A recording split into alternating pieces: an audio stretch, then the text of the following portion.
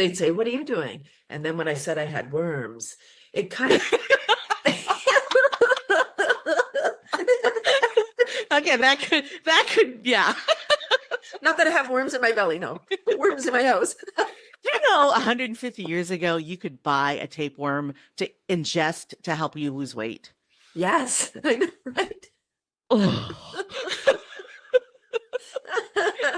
And worms are just protein, Well, yeah. the earthworms. Then people would take a step back, and I realized early on that people were afraid of worms. So they didn't want what I had. They needed it, but they didn't want it. And I didn't know, because I didn't have business background. I didn't know that people don't buy what they need, they buy what they want. Mm-hmm. And they didn't want what I had. Yeah. Yeah, so then you have to figure out a different way to sell it. Right. So then I took on school workshops. I took on speaking, and over 75,000 students have seen my presentation. Wow. And I've had the privilege, because I've been in it for so long, of meeting students that I was in their, say, grade 3 class, and now they graduated from college. They're environmental lawyers because they had worms in their grade 3 class.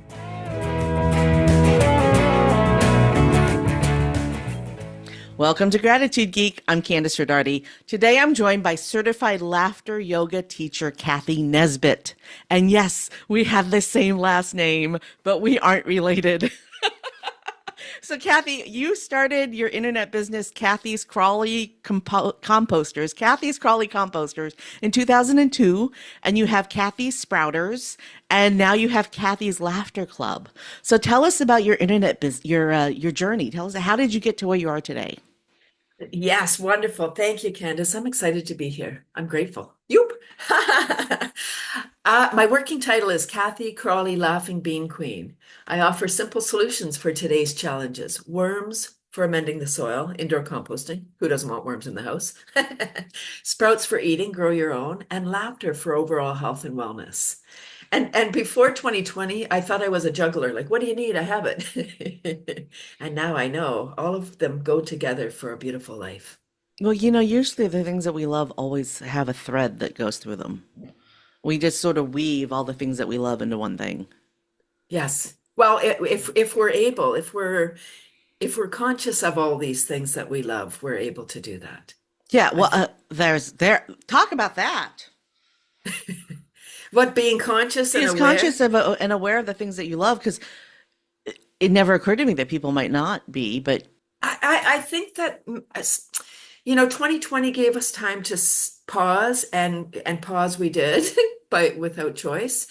And I think some people have jumped right back into their life from before, like they're running the wheel, the hamster, doing all the things that they think they need to do, without really considering, is this what I really want?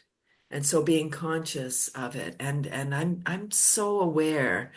I'm 61 now, and I'm just so grateful for the journey that I've had that has brought me here. And my goal now is to help younger people get this message earlier, so they don't have to struggle as much. I mean, I know we have our own path, and you can't just fix everybody, but we can show the way. We can show them what's possible, and that getting older is such a beautiful thing. oh, it is. And women seem to get better with age. We do. Yeah. Absolutely. Agreed.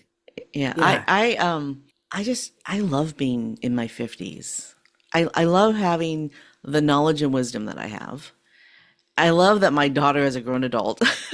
You know? But I Right. also love that she's living with us, which is a benefit of COVID. It really is. I mean, one of the benefits of, and there are going to be like 95% of the population isn't going to agree with me here, but one of the benefits of COVID is that we have returned to our family units.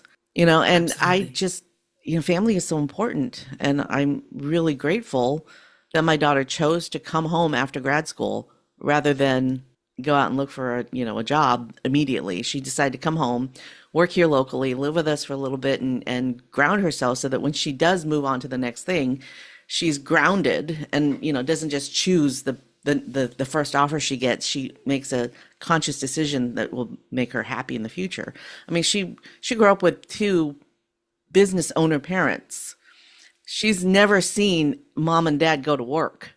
Mom and dad going to work is what we owned, the businesses that we built. It wasn't, we didn't, she has to, when she launches into her career, she's going to be launching into something that's unknown for her because she never saw it in the home that she lives in, Ooh, right? what a gift. Yeah. So to me, the fact that COVID has made it possible for these family units to all live together, like there are grandparents that are moving in, and I know this started before COVID, because I know plenty of families that their parents moved in with them or whatnot before COVID.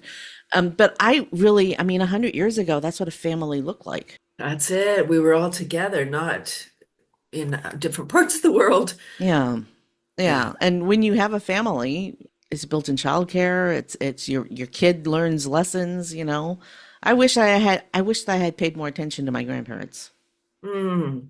See, that's the gift of sharing what you know with the younger set. Oh, I agree. I love each decade seems to offer new insights, new wisdom, and less caring about other people. Not about other people, but what they're thinking about you. Yeah. So you have three really fascinating, but seems like they're different businesses. Well, the composters and the sprouts that go together.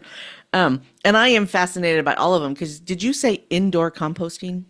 I did with worms, yes. And what does that look like? So I'm located in Canada, just north of Toronto, largest city in Canada. In 2002, our landfill filled, and we started to, although we're second largest country in the world, we couldn't find a place to site a new landfill, and we started to export our garbage to the U.S. Thank you. Yeah, I know, I'm sorry. Almost 1,000 trucks a week. And not to be political, the government doesn't have they don't have vision. They only have 3 to 4 years to make their mark. So they don't look at 30 years, 50 years, 100 years from now. They're like, how do I get a name for myself right now? So they weren't looking at, and they're not in the business of environment.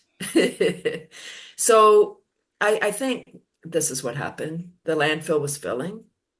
Each day there was room in the landfill, so nobody was thinking about what are we going to do when it fills? Oh, we had space for today. We can worry about tomorrow. And I know I'm being flippant. It's what I have to do so that I stay sane. Yeah. So I'm not bawling in the corner. Uh, so when it filled up, second largest city, 6 million people in the Greater Toronto Area, they needed somewhere to put this garbage. And Michigan is the trash capital of the US. They used to be the car automotive capital. And then everybody started making cars. So I think what happened in Michigan, and again, I make up stories, they were like, oh, we don't have an industry anymore. Everyone else is making cars. What are we going to do? Hey, why don't we be the trash capital? So Michigan has the lowest tipping fees. So the surrounding states send their trash to Michigan. And then Canada started. We're not doing it anymore. It just happened for a few years. And I just think, oh my gosh, who are we? Shame on us as Canadians for shipping our garbage, not just out of the country, out of the province, out of the city, out of the country. Like our garbage needs a passport. Come on. Wow. Wow. And I had a solution. So I just set forth without business acumen. I mean, I come from a family of employees. Work hard, get a job, be loyal. You'll get a watch in 30 years. Why do Uh-huh. you need a watch? I don't know. I never understood. Yeah. I really did come from a place. I think I came from a different era or something because I never understood all the expressions. You need to have a job to get a job. Like, how can you keep on? How many appointments could you have? Yeah. Oh, I have another dentist appointment. Well, Yeah. you So, should go to the dentist. yeah, Good absolutely. dental hygiene leads to good overall body health. True enough. And if you work for a company that has benefits, then you get a dental plan, which Yeah. you don't have as a entrepreneur. But Yeah. Well, in Canada, don't you have dental care with your health? they're bringing it in. It's no, it wasn't something that we had as part of our medical practice. I don't want to be political, but a friend of mine, an expat, she's from the United States, but she just moved to Portugal, and she and her partner went to the dentist. And dental is included in their medical plan in Portugal. She went in and she had a filling that had come out. And the dentist on the spot during that appointment, she didn't have to make another appointment to come back. During that appointment, the dentist refilled her tooth and it cost her 45 euros. Wow. Come on. Why can't we do that? Why can't we? Why Yes. can't we do that? Agreed. Oh, anyway, sorry. Because I don't. you're right. I mean, dental, eye, all of these things are precursors to more Yeah. serious And illnesses. I mean, and it's not the dentist that doesn't want us to fix our tooth that appointment. It's the insurance company who says you have to be pre-approved before you can put a filling in. So, but you're in Canada, so your insurance is different than ours. But still, it's ridiculous to me the levels of red tape that we have to go through just to get a filling filled. It's priority. We Yeah, don't put our priority on our health. yeah. Our system does not. I, sorry. Okay, that was a total tangent. we, we went down a rabbit well. But I do. Okay, so I want to talk about these indoor composters. I agree with you about the trash. I live in Michigan. I did not know that we were the garbage capital of the world or the United States, but I do know that on our drive, we live about 45 minutes from Grand Rapids. And between here and Grand Rapids is a giant landfill that smells. It's so gross, but it is a huge landfill. And I always wondered why such a large landfill was in such a sparsely populated area. And now I know. We took in Canada's trash. Well, not only really. I mean, you get New York's trash there because the lowest tipping fees. It's just business, Yeah. Well, and and and that's, it's always about business. it's always about business. We could make better business decisions, though. I Yeah. mean, for Canadians, it's like, oh, there goes our tax dollars hard at what work. We're just sending our money to Michigan. Yeah. I grew up in California and in the town of Emeryville, which is between Oakland and Berkeley along in the San Francisco Bay. Just I'm trying to give you that as a reference point. There was a landfill that had been there for hundreds, probably 150 years in the bay, right off the coast of Emeryville. And what they did was they turned it into a beautiful park. Hmm. Absolutely gorgeous. So where there had been bay, there is now a park. And it is you would not if you did not know that it had been a landfill, you would not know. It's absolutely a beautiful little park in Emeryville, right there on the water. You can go for a little walk around the trail, and Hmm. they've just done a fabulous job. And I think we need more of that.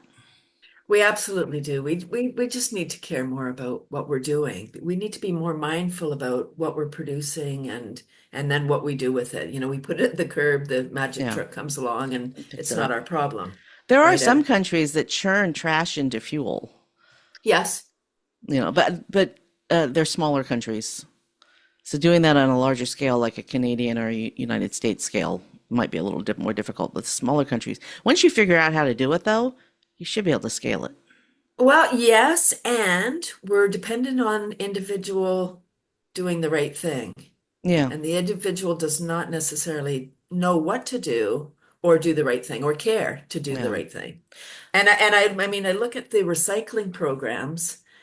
If you move from one area and you could put, say, styrofoam in your recycling bin where you lived and you move to a new place and they don't accept styrofoam, I've heard people say, well, they can just pick it out. No, No. the whole They thing look goes at in the it, trash. that's it. They look at it, they're like, nope, this is too contaminated, and off it goes. Nobody's picking out your one piece of styrofoam. What really bothers, okay, I can't believe we're going down this well, but what really bothers me is that I cannot get powdered laundry detergent in the grocery store unless I go to Walmart. Like the smaller grocery stores, I like to shop at Aldi because it's a smaller Hmm. footprint. I don't like the big grocery stores, but they don't have powdered laundry detergent. Really? And I That's don't want a plastic jug that I can't recycle. right. And Yes. it's mostly liquid. Right. Most, So you're hauling that around. yeah, Right. why Yes. why do I need a 20-pound jug when I can get powdered? And you use less powder when you do your laundry too. It's anyway, we have really gone down this well. Okay, composting indoors. Yeah. So same idea. So Toronto, 6 million people, half live in condos, townhouses without space to do outdoor composting. So this is indoor composting with worms. Any container will do. I'll say a Rubbermaid container is perfect. It's portable, you can move it around. The worms require a carbon nitrogen mix. So the carbon or bedding is your leaves, straw, shredded paper, cardboard, drink trays, egg cartons, any of your paper products. And then you need to add in some nitrogen, which is your food scraps from the kitchen, banana peels, coffee grounds, etc. The worms eat all of that. They turn it into their poop is the black gold.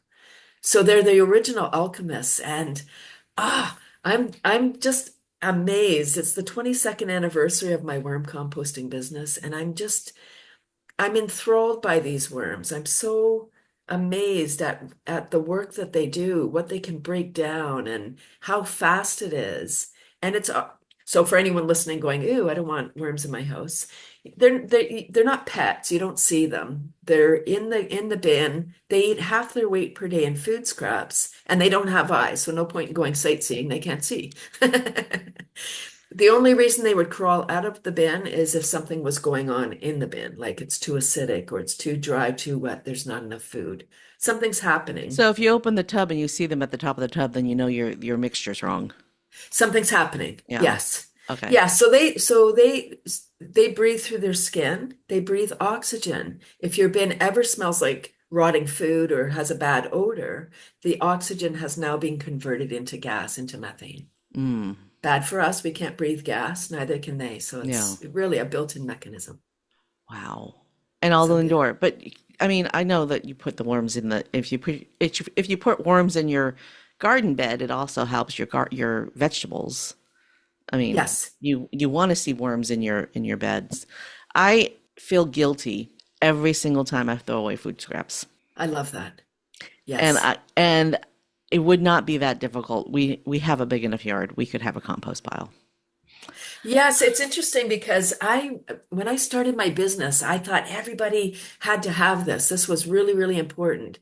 And I have tons of energy. So I would have a table wherever I could, be educating people. And then I have a psych degree, so I'm fascinated by people too. People would come up and, you're interested. They'd be standing close, even though I had a worm on my shirt. I had worm earrings. I mean, worms were everywhere. They'd say, "What are you doing?" And then when I said I had worms, it kind of Okay, that could yeah. not that I have worms in my belly, no. Worms in my house. Do you know 150 years ago you could buy a tapeworm to ingest to help you lose weight? Yes, I know, right? Oh. And worms are just protein, Well, yeah. the earthworms. Then people would take a step back, and I realized early on that people were afraid of worms. So they didn't want what I had. They needed it, but they didn't want it. And I didn't know because I didn't have business background. I didn't know that people don't buy what they need, they buy what they want. Hmm. And they didn't want what I Absolutely. had. Yeah. Yeah, so then you have to figure out a different way to sell it. Right. So then I took on school workshops. I took on speaking, and over 75,000 students have seen my presentation. Wow. And I've had the privilege, because I've been in it for so long, of meeting students that I was in their, say, grade 3 class, and now they graduated from college. They're environmental lawyers because they had worms Oh, in their grade 3 class. What? yeah. It's a privilege. Not everybody, it's not for everybody, and I get a lot of oohs, and if I could grow a thicker skin, I would have. Yeah. Because I'm pretty sensitive. So that I think I grew up at a time, a lot of people were sensitive. I used to be told, stop crying, the world's a harsh place, grow a thicker skin, stop crying, blah, blah, blah. And I realize now, Ugh, that's that's bad advice. Yeah. it's horrible, yeah. Yeah. But that's how it was. And now I think it's a beautiful thing being able to feel other people's energy because I know when they're lying. I can I feel would love to talk about that. How do you know?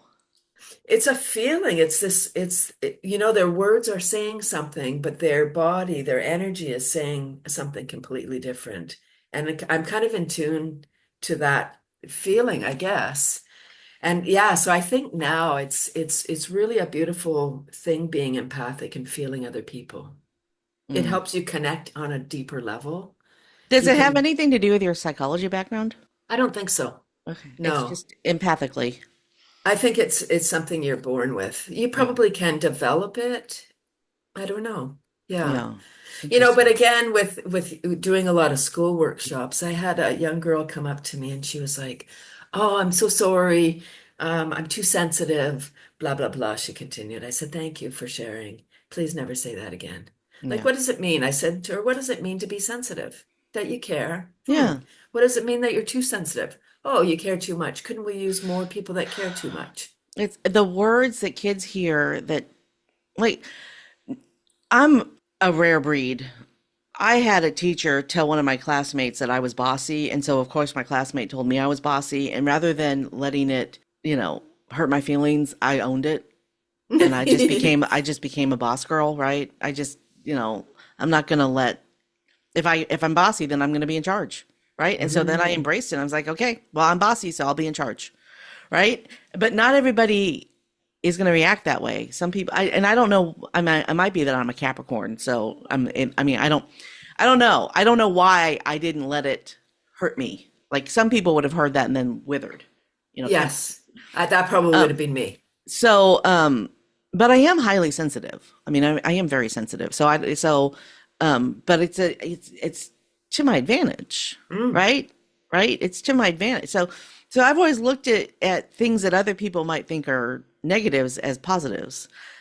But a lot of kids, they hear these things. You're too sensitive, man up. And then they over compensate and become inward and mean and self-loathing, Mm. So yeah, we really need to change the way we talk to kids. Yeah, I used to wake up singing in the morning. I would be like la la like a little bird. As soon as I opened my eyes, be like cheep cheep cheep beep beep beep beep beep. And I was told like be quiet. Kids are meant to be seen and not heard. Mm, And chatty Cathy, stop it, and all the things. So I became silent. well, that's too I bad. became silent. Oh, I'm grateful now because I now I'm a speaker. I'm like, oh, thank God I saved all those words. Imagine if I talked all my whole childhood, I'd have nothing to say now. Oh, I doubt that. I seriously doubt that. It shaped who I became, maybe at a certain time I might have been resentful or um, hurt by the words. And now I feel like they bolstered me up because it allowed me to see that that wasn't a great way to react. It's what they knew. Everyone's doing the best they can. Yeah. Now I know that. Yeah. So okay, so now I want to talk about your sprouts. I Yes. love sprouts. I love sprouting, but I do it with a glass jar with a sprout lid. And 50% of the time my sprouts turn out icky. Like I'll get one really awesome batch and I'll be excited to make the next batch, and then the next batch turns out icky, like gooey, like overwatered or whatever. So you solved that problem with your sprouter. So talk about that. Oh, my life is like a magic carpet ride, Candace. In 2002, at my very first event exhibiting with the worms, there was a gentleman, Tony Hornick. He's the designer of the sprouter that I now sell. He's 95 now. He has no ailments, he takes no prescription drugs. He's moved into an assisted living because his eyes were going, and his memory's going a little bit, but no illnesses. And he was a professional ballroom dancer. So movement, good food, the sprouts, and delicious, yummy, clean water. So 2002, there I am at my first event. It's a gardening event, and people are buying this thing. It looks like a spaceship. It's a food grade plastic base and dome and stainless steel mesh. It's very simple system, and you can sprout in jars or paper towel. There's all kinds of ways. Tony invented or created this sprouter because um, he tried many different ways with jars and different things. It was probably salmonella or E. coli. They called it food poisoning from sprouting in jars. And so he created the dome system. And so I went over to him and I said, what is that thing and why are they buying that and not my worms? Probably not in that rude tone. And he explained about sprouts. Now I've changed it. He probably didn't say all these things, but sprouts are like, why do you, I didn't know why to eat them, how to grow them or anything. When he explained they have fiber, protein, minerals, everything our body needs. They're hydrating. And they're tasty. Well, and they're delicious. Yes, I often forget the delicious part. They're hydrating, alkalizing, regenerative, biogenic, and contain up to 100 times more digestive enzymes. Oh, 100 Wow. times? 100 times more than raw So vegetables. eating the sprouts before a meal would help you digest your meal. Correct. Or Oh, afterwards, what my husband does, I mean, we start our day with sprouts every morning, but after, a family gathering, and then you're really full, you ate too much again because it was so good. When he's really full, he'll eat the sprouts afterwards, and then within a few minutes, the enzymes have done their magic. smart. So is this true of every type of sprout? Or are there specific sprouts that have more enzymes? I would say all sprouts. Now we're talking about sprouts and not microgreens. Okay. So microgreens are a sprout that now has a couple of leaves on it. And it's just semantics. Yeah. They're all sprouts, like alfalfa sprouts are actually microgreens. Yeah. Um, yes, I would say that they all have lots of enzymes. They do have different healing properties. So the ones that I'm eating every day are the mung beans, the Chinese food bean Hmm. sprouts. Those are mung beans, Okay. but they don't say the mung part because that doesn't sound so good. Yeah. Yeah. If you Mung is a, because I love bean sprouts, the mung bean sprouts. But mung is such an ugly word for something that tastes so good. It right, adds, if we go yeah, and it adds a nice crunch. I love them marinated. I'm Korean, so there's a little way you can prepare them so they become spicy and tangy, and I just love them. I add them in my ice cream. Really? So they don't, so the mung bean sprouts, not the bean, like they're not grown long. They're just Yeah. like when the root is the size of the bean. That's when they're Okay. most nutritious. So Okay. I add those into my ice cream. It doesn't add flavor, it adds crunch and it fortifies it with nutrients so I can eat my ice cream guilt-free. So Koreans put red beans in their sweets. Like beans in your sweets is a thing in Asian culture. So you're not doing anything. You're probably doing something that they do in other countries, but that sounds really yummy. Right. Like, It's so good. Yeah, yeah, interesting. exactly. I Yeah, do. so I love beautiful. that. Would probably be really good in yogurt. I like Right? to add a crunch to my yogurt. Exactly. Yeah, you can top them with anything. I start my day with 2 tablespoons of the sprouted mung beans, just as they are. They're delicious. They're pretty neutral flavor, but they are juicy. And I know that they're doing good for my body. Yeah, When I met Tony and I was like, okay, I'm in. I don't need to know why something works. I just look at you. If you're healthy, all right, I'm going to do what you're doing. Hopefully it works for me too. So he said, if you're going to do this, start your day with 2 tablespoons of sprouted mung beans every day before you eat, first thing, for the enzymes. Okay, so for 10 years, that's what I did. I only ate mung beans, I only sprouted mung beans. And in 2012, I met him at an event. So he's still working. I was amazed, 72 when I met him. So he's 82 now in 2012. And it's still working these shows, and it's not easy. Anyone that's not an entrepreneur and who has never done exhibited and tried, stand there with all your wares on on display, it's exhausting. it's exhausting because the people that come from the employee mentality, they're always looking for their cheaper price or, can I get a discount out of the all these things, and they don't realize the work that goes into it, that it's your whole life. Anyway, 2012, so there I Yeah, am at a show. that's the thing. It is your whole life. You depend on your income from your small business.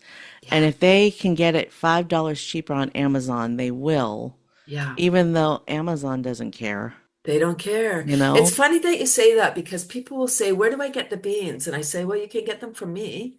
You can get them from any like any natural health food store or some Yeah, of the larger grocers. I said, and I will say, I would love your business much more than they will. I'll yeah. service you. Yeah. Yeah, so there I was exhibiting at this event. Tony was there, and I would always go over and say, "Oh, you should get one of those. It's really great." And I'm sure people thought I was a plant, sprouts. And so at this show in 2012, he said, "Hey, why don't you sell the sprouter with your worm business?" Oh my, that's a great, why didn't I think of that? Yeah. That's a great They go idea. really well together. It's got to be easier than selling worms, only a little bit, marginally. So I started selling them, and I was at an event, and a woman, so I always have samples for people to try because once you try it, then you buy it because they're Yeah. so good. This woman said, "Oh, what else can you sprout?" And I said, I don't know, because I'm not a very good liar, so I don't. So I said, "I don't know." And she said, "Well, don't you get sick of mung beans?" And I said, "Well, I don't know. I said, it's my health plan." And I said, "I feel great. I have tons of energy." At that time, I was 50. So it's like, I'm 50, high energy, have no health issues, take no prescription drugs. No, I wouldn't. No. I said, people do love their story. So maybe, when people are like, "Oh, I'm so tired," they love that stuff. So maybe it's not for you. But then I was like, as a businesswoman, what do I care if people want to eat mung beans or they want to have something else? So I started to experiment. And now I'm a sprouting monster. Chickpeas, lentils, fenugreek, radish. All the bigger beans can be grown in this sprouter. The larger ones like alfalfa, broccoli, the smaller seeds, it's kind of a two-step system. You can still do it. You can finish them in this system, but I would start them in either in jars or in paper towel or something to get them germinated because the seeds are too small for the mesh. Oh, interesting. So when I think of sprouts, I think of my spicy, radish mustard mix that I have in the refrigerator that I haven't sprouted in a while because the last time I did it, it turned out yuck. So, so I never, you're right. They're very small little seeds. Mhm. So you start them in a paper towel. You can do just to sprout them, or you can put the paper towel on the bottom of the mesh or a coffee filter, something like that, because you still want to be able to rinse them. Yeah. It's rinsing away. So the secret of sprouting, or not the secret, but one of the challenges with sprouting, sometimes when people eat beans, they get bloated, they get flatulence, they get, uncomfortable gas in their belly. And seeds and beans have a coating on them called phytic acid, PHY. And it's that coating that protects the seed of the bean. If it gets eaten by a bird or an animal, it can pass through and still And live it. then you have a plant somewhere later. It's right. Yeah. It's Okay. still get on with its life's journey. Um, what happens with us? We're told to sprout our seeds before we make lentil soup. Some people, the environmentalists, are like, "Oh, I want to just use this water," and it's like, no, you're sprouting so you can get rid of that coating. So don't use that water. Use it like you can water your plants or Which do is something. why I can eat sprouted wheat bread, but not regular bread. You're right. Yes. Could be one of the reasons. The nutrients are more readily available. Once we sprout a seed or a bean, the nutrients are readily available for the body. Like the seed is like a little stone. And so How? if you eat it, nothing's going to happen. s- Wow. Okay. So then you do need to still because that's one of the things when I sprout in a jar is that you rinse it every day, and I'm assuming that when they get icky, it's because I didn't let them drain long enough or whatever. There was too much moisture. Um, and jar sprouting worked great when I lived in Texas because I think it was hotter, drier there, and we got more direct sunlight through the kitchen window. Now I live in Michigan and I don't always get direct sunlight through the kitchen window. So I think my sprouts in the jar aren't drying out fast enough. So this solves that because they're on this tray. Yeah, I would say don't put your sprouts in the window. They worked great when I lived in Texas. Yeah, well with the bigger beans you get bitter. They will add a Oh, bitter taste. The sprouts can be grown in complete darkness. So when people come up to me at a booth and like, "Oh, I live in the basement apartment and I don't have any windows." It's like, "Oh, sorry, you don't have any windows, but you can still sprout." yeah. When I worked in the outdoor industry, I used to be a buyer for a chain of ski shops, and I was the outdoor equipment buyer. And we had for backpackers, we had a sprouting kit that was a bag that you could put the sprouts in and put it in your backpack and then take it out and have food that you were growing in your backpack while you were walking. Duh. You Right? I've seen know? those. That's so awesome. I love that. That was years ago. That was before I was married, so that was 25 years ago. Yeah, but I mean, grow your food while you're backpacking. Right? Yes, absolutely. I take my little sprout grower. I don't go a day without sprouts. So if I'm going camping or I've never been on a cruise, but if I was going on a cruise, I would absolutely take my sprouter, although there's lots of food. Yeah, I want to but make it's not sure I have sprouts. nutrient-rich food. Well, and do you know how expensive enzymes are when they come in a jar, in a bottle? They're like 25, 35, $45, depending on the brand, for digestive enzymes. And you're Yeah. telling me I could go buy a $3 bag of mung beans and sprout them Right?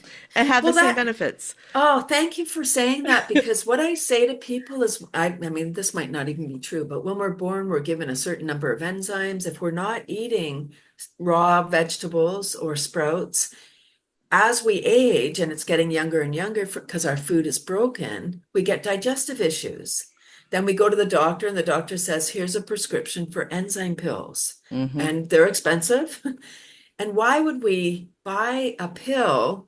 Because that's our society. I mean, we've been marketed to that that's what we need to do to Hmm. have that chipper Well, life. and it's not just the marketing, it's the ease.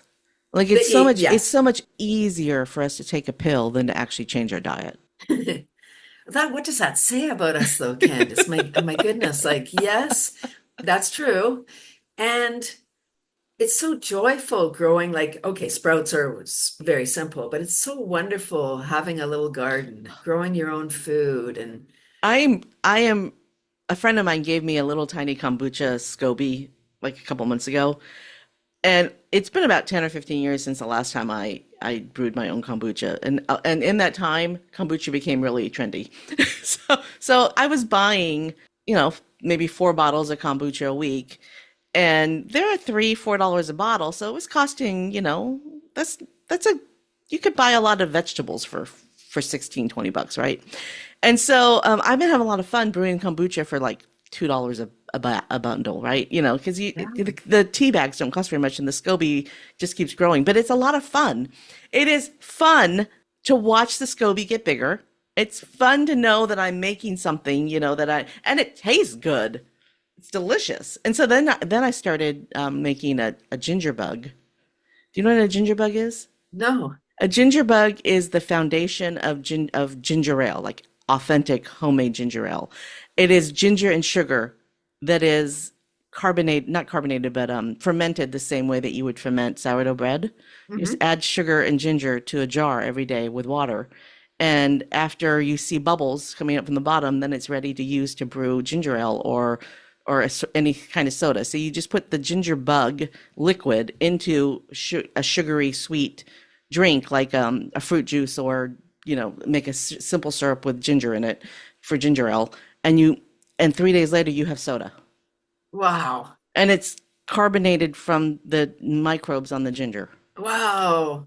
Amazing. Right? Yeah, It's so and fun. it's a blast. I'm having fun. Yes. I love it. Oh, it's so good. I think we've gone away from all of these practices for the ease. Hmm. Like, oh, I don't want to change anything. Yeah, Oh, but I'm busy all already. of our lives we were told that when we had an upset stomach we should drink ginger ale. The ginger ale you buy in the grocery store isn't ginger ale, it's ginger flavored soda. Right. It's sugar So it water. doesn't have the benefit that ginger ale has. And ginger That's ale, if you drink ginger ale, like brewed ginger ale made with ginger, it really does help you digest, helps you when you have a bad tummy, when your tummy hurts. yeah. So, and it's the microbes and the enzymes and all the stuff that's in the ginger that is in the ginger ale. I'm fascinated by nature. All these the microbes are just incredible. All the whole Yeah.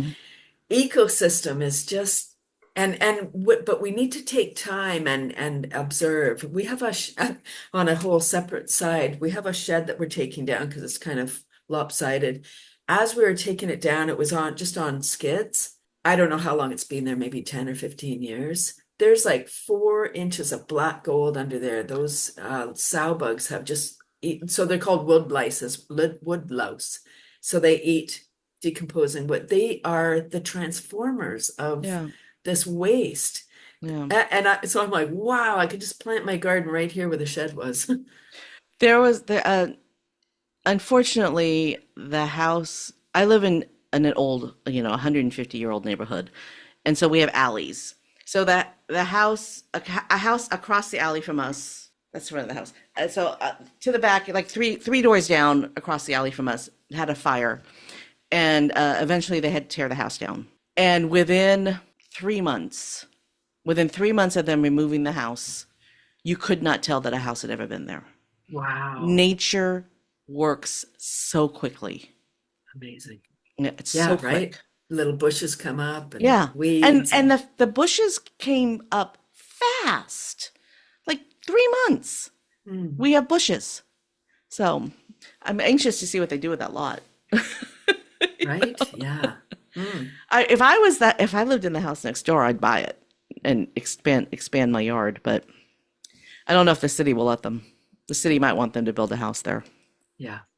Yeah, there's a So, shortage. I mean, but just watching that empty lot that was all dirt, now it's grass and bushes and wildflowers and it didn't take long for the rabbits and the squirrels to decide that they liked that yard and the groundhogs. And I live in a city. I live in a city, like 2 blocks from downtown.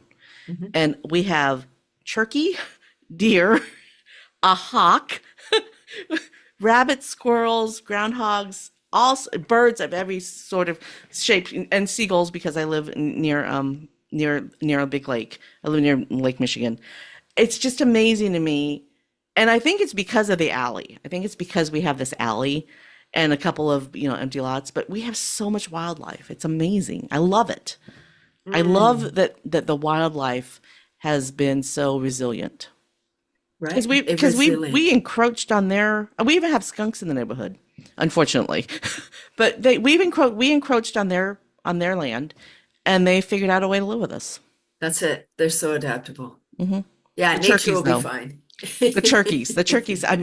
I never lived in a place that had turkeys before. It's weird. I mean, they'll just walk along the freeway.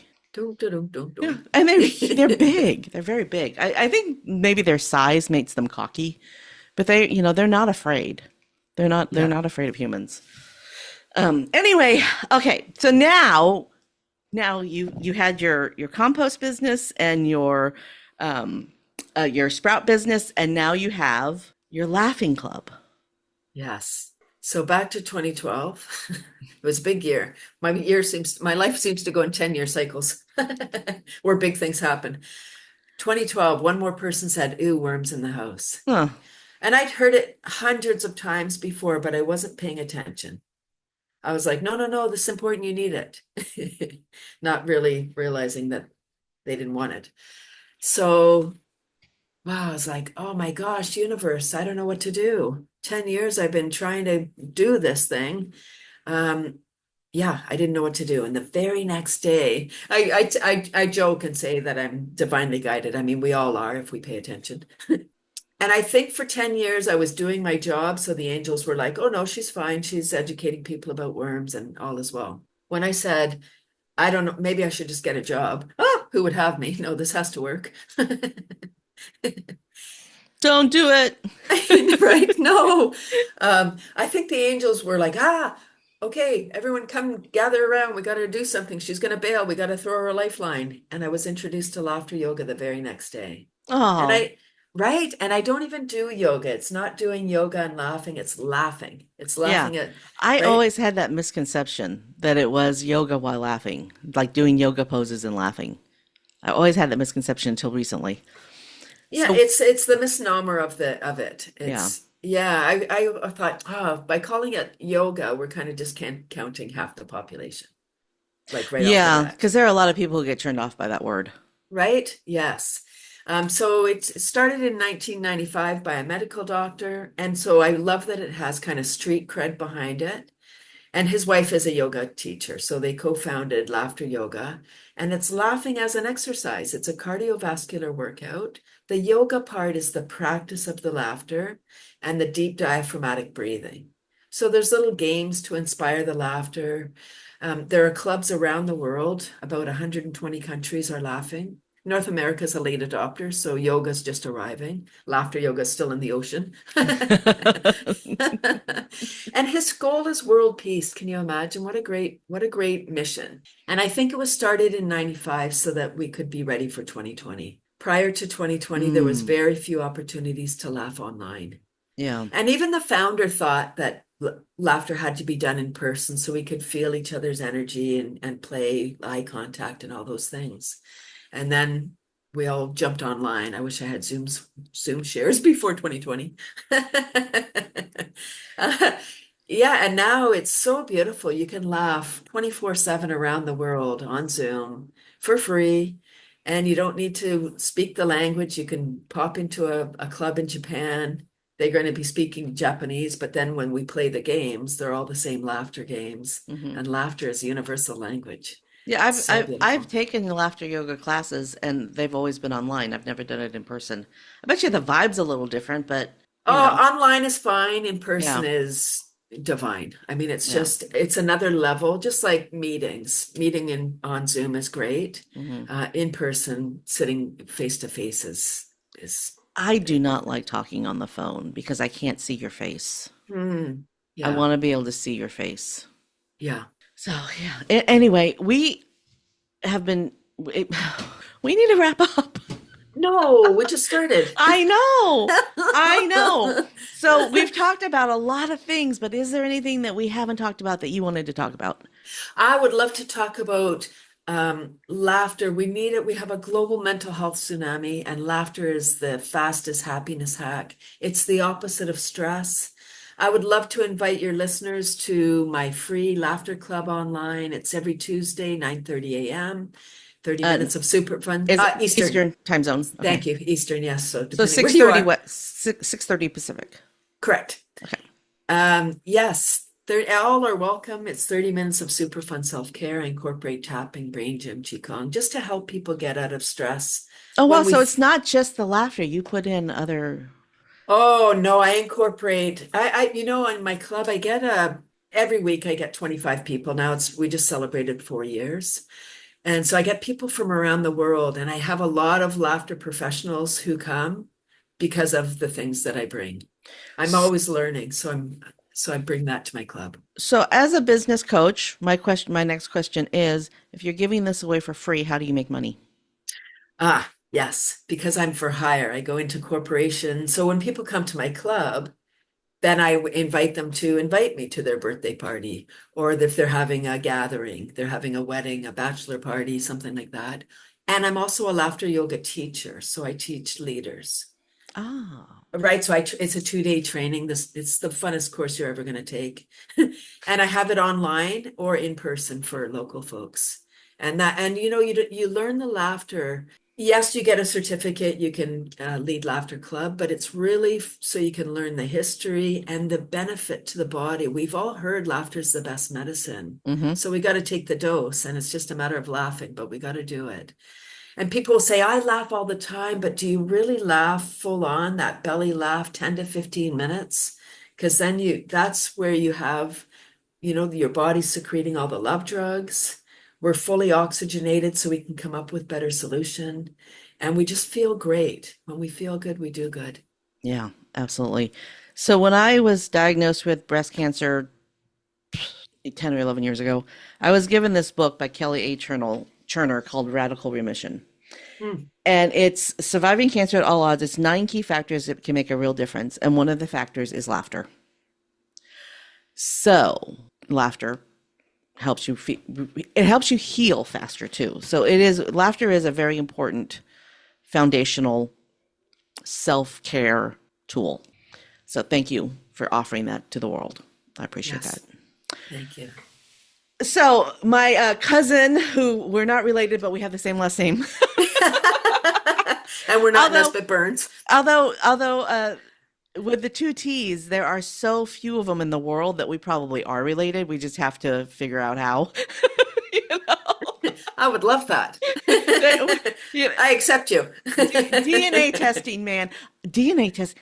My grandfather's grandfather Nesbitt, the Nesbitt side. When I did my DNA, I discovered that before he married my great great great grandmother, he had a wife and two children.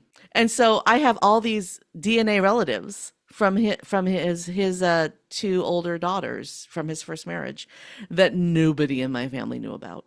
Wow. Yeah. Whoa. Yeah. Isn't that crazy? It is. Isn't Yeah. that crazy? And I apparently he was much older than my great great great great grandmother. I mean, I'm trying to get the greats right. Four. Is it my grandfather's grandfather? So what is that? Three greats? I don't know. But isn't that It gets crazy? complicated. Isn't that Yeah. great? DNA, man. You can figure out some really crazy stuff. I know it's scary. I mean, do you really want to put your DNA out there? But it's also fascinating. So. It is fascinating. Yeah, Yeah. it's very, very fascinating. And figuring out, like the way that they have done this research, you can actually trace your lineage against somebody else's and figure out how you're related to somebody.